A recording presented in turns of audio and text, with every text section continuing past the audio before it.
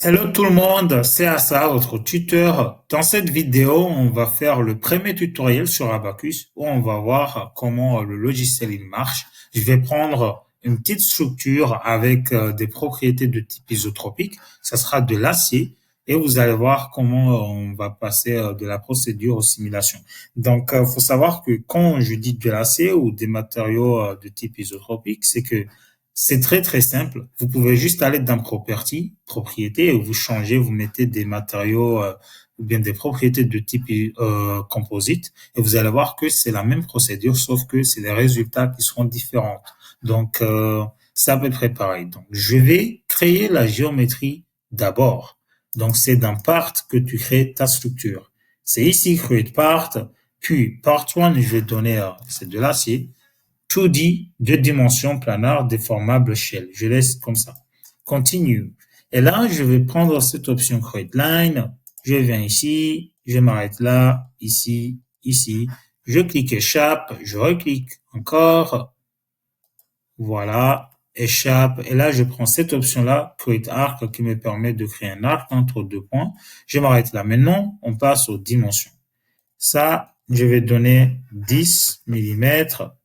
Ça, je veux donner 65 millimètres. Voilà, je zoome. Ici, c'est, disons 20 millimètres. Je donne 20 millimètres encore, cet angle-là. Maintenant, le rayon de notre arc. Le rayon, ça sera un rayon de 40 millimètres. Là, j'ai fini avec ma structure. Je vais recliquer ici dans Dimension et là, Done. Maintenant, j'ai ma géométrie. Deuxièmement, c'est les propriétés. Donc, je vais dans Property, Create Property, je donne le nom acier. Et là, Général, je donne la densité. La densité 7,8 moins 9. Et là, je vais dans Mechanical Elasticity. Ici, c'est de l'acier. Ça peut être 201 000 ou 200 000, ça dépend du type d'acier. 0,3, le coefficient de Poisson. Et là, OK, le matériel, ou disons les propriétés sont déjà créées. Maintenant, je vais créer une section qui va me permettre d'attribuer ces propriétés-là à ma géométrie. Là, c'est solide, homogène, je laisse section 1, continue. Donc, c'est de l'acier parce qu'on n'a que de l'acier qui est déjà créé. OK. Là, j'ai déjà créé ma section. Maintenant, je vais attribuer la section ici. Je clique Assign Section. J'attribue la section à ma géométrie. Done. Et là, OK, vous allez voir, la couleur a changé. Donc, ça a marché. Après avoir fait la section et attribuer la section, maintenant, je vais aller dans Assembly. C'est ici. Il faudra que je crée une instance. Le logiciel veut que je crée une instance. C'est vrai que j'ai juste une seule part, mais ça ne nous empêche pas d'aller dans Assembly. Le logiciel veut qu'on crée une instance. Donc, on crée une seule fois. Create. Et là, AC. OK. C'est déjà créé. Après avoir fait les instances, maintenant, on va passer au step. Au step, c'est le type de problème qu'on a. C'est à nous de choisir, mais on va choisir deux steps. Parce que c'est les steps qui vont nous permettre de déterminer les mouvements ou bien les conditions limites qu'on va appliquer, où on commence, où on va finir. Donc, je vais créer deux seuls steps. Step 1, static general continue. Et là, je changerai ici temps période, je laisse 1. Et c'est dans increment size que je vais changer. Je mets 0,1. Ça, c'est à nous de voir. Donc, OK. Le step 1 est déjà créé. Maintenant, je crée le step 2. La même chose. Je fais la même chose. Increment size, 0,1. Et ici encore, 0,1. OK. Les deux steps sont déjà créés. Maintenant, on passe à load.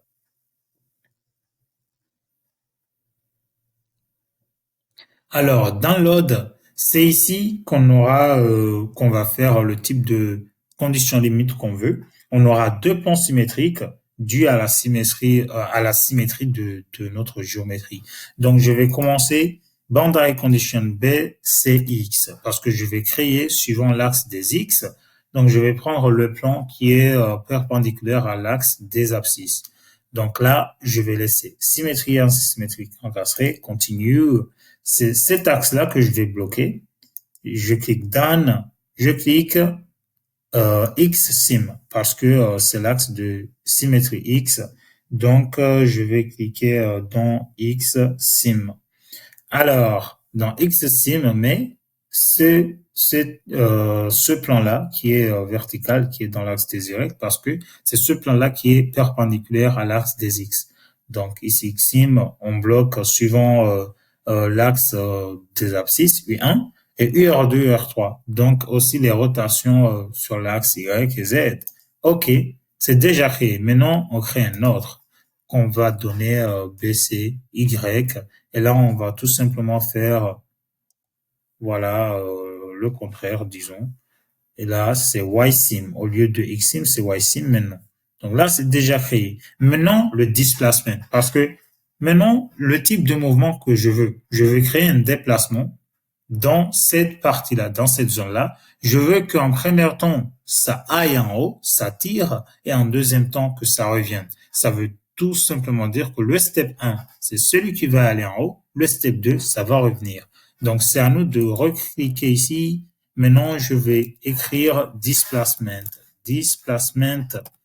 Et je vais prendre le deuxième, displacement ou rotation. Mais on va faire du displacement mechanical, on laisse. Continue. C'est dans cette zone-là que je vais créer. Donc, dans ce curve-là, que je vais cliquer. Et là, je clique Done. Ça me donne ici. C'est sur quel axe? Quand c'est une force, ou bien c'est un déplacement qui est vertical, disons, c'est suivant l'axe des ordonnées. Donc, U2. Mais ici, ça sera dans step 1. Dans step 1, je veux que ça aille vers le haut. Donc, je fais 0,5. On donne ça un déplacement 0,5. OK. OK. Vous allez voir. Donc, comme c'est OK, on va créer le deuxième. Le deuxième, ou bien on laisse comme ça, parce que ça va marcher. Juste le premier qu'on a créé, ça va marcher. Donc, je vais dans Manager. Dans Boundary Condition Manager, je regarde ici. Mais tout d'abord, on regarde. J'ai step 1 et step 2. Le step 1, mais vous voyez que mes boundary conditions sont créées que dans step 2. J'avais pas fait attention au débutant. Normalement, ici, je clique ici. Je veux que l'encastrement se fait dès le premier step. Quand ça tire vers le haut, quand ça tire vers le bas, je veux que ça soit bloqué. Donc ici, c'est seulement bloqué dans step 2. Je vais move left, je vais à gauche, que ça bloque dans step 1 encore. Je vais dans boundary condition Y, je move left. Donc, ça va à gauche aussi, donc ça va bloquer dans step 1 et step 2. Ici, created, c'est propagated. C'est propagé dans step 2. C'est créé dans step 1, propagé dans step 2. Donc, ça commence dans step 1, ça finit dans step 2. Maintenant aussi, le déplacement, il est seulement dans step 2. Je move left pour que j'ai un déplacement dans step 1.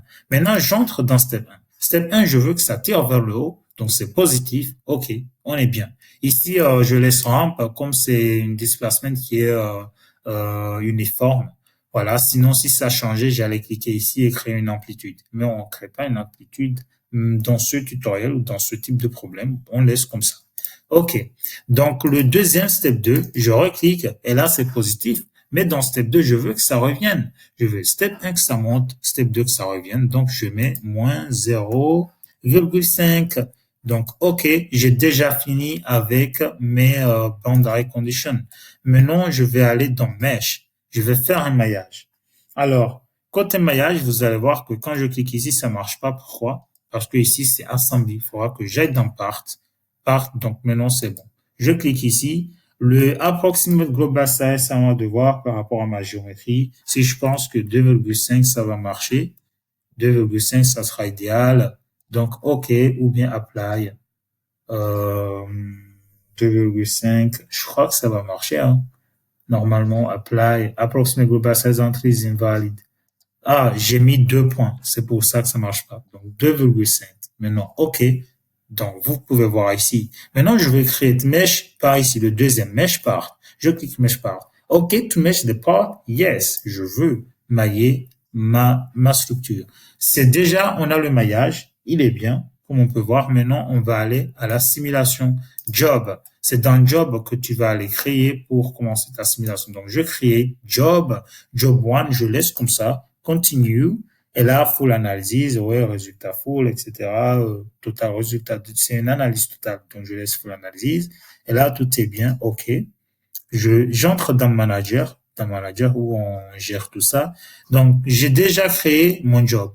Maintenant, il faudra que je lui dise, fais-moi l'analyse.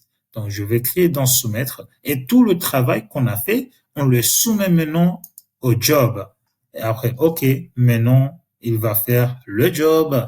Il va calculer tout ça analytiquement et nous donner les résultats de notre simulation. Là, j'ai déjà submitted. Ça va prendre quelques secondes. Comme c'est pas un problème qui est assez complexe, ça prend que quelques secondes et après on aura les résultats. Et là, on peut voir que c'est completed, donc c'est terminé. Maintenant, on va aller dans Result. C'est dans Monitor que tu vas rentrer et voir toutes les informations que tu veux, tous les steps, vous pouvez voir tout ça. Mais nous, c'est dans Résultat qu'on va voir le résultat. Result, vous pouvez voir. Donc, c'est 1, 2, 3. Le quatrième, on clique. Et là, vous allez voir, c'est Stress, Mises. Donc là, c'est les contraintes. On peut voir que c'est en bas où c'est très très haut. La contrainte ici, c'est ici où la contrainte est maximale. C'est complètement normal. On va voir le déplacement. Le déplacement, c'est ici qu'on va changer au lieu de S, U. U, ça représente le déplacement. Vous pouvez voir que c'est en haut où les déplacements se font, c'est vraiment maximal et ce qui est vraiment normal parce que c'est ici où on a tiré. Voilà la fin de notre tutoriel. J'espère que vous avez aimé. N'hésitez pas à mettre un like, petit commentaire, partager et surtout